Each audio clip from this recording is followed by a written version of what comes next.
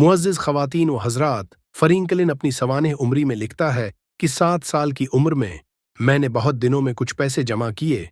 एक लड़के को सीटी बजाते देखा जो मुझे बहुत पसंद आई। वो तमाम पैसे देकर सीटी उससे खरीद ली और खुशी के मारे फूला न समाया। घर आकर मालूम हुआ कि मैंने इस पर असल कीमत से 4 गुना ज़ायद दाम खर्च किए हैं, जिनसे कई और खिलौने खरीद सकता था। मैं रंज के मारे रोने लग गया और मेरा ये अफसूस उस खुशी से कहीं ज्यादा था। लेकिन इस छोटे से वाकया ने मेरे दिल पर एक दिरपा असर कायम रखा।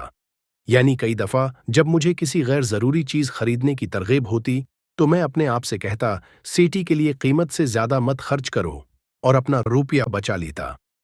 जब मैं बड़ा होकर दुनिया में दाखिल हुआ तो मुझे मालूम हुआ कि दुनिया ऐसे बेवकूफ़ों से भरी पड़ी है जो सीटी की कीमत से ज्यादा इस पर खर्च करते हैं।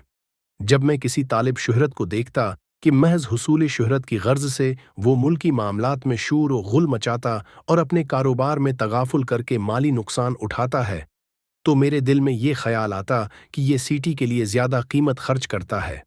अगर मैंने कोई ऐसा आदमी देखा जो नफीस लिबास, नफीस सामान और कर व फर पर मस्त था और इन चीजों के लिए उसने कर्ज लिया था और अंजाम का जेल खाना में भेजा गया, तो मैं ख्याल करता, अफसोस इस शख्स ने कितनी ज्यादा कीमत सीटी के लिए दी है।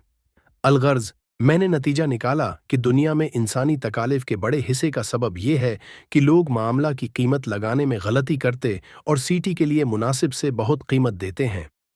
मुअज़्ज़ज़ ख़वातीन व हज़रात, ऐसे दाना और बिना लोग एक छोटी सी बात से ऐसा सबक हासिल करते हैं कि वो अपनी ज़िंदगी बना जाते हैं।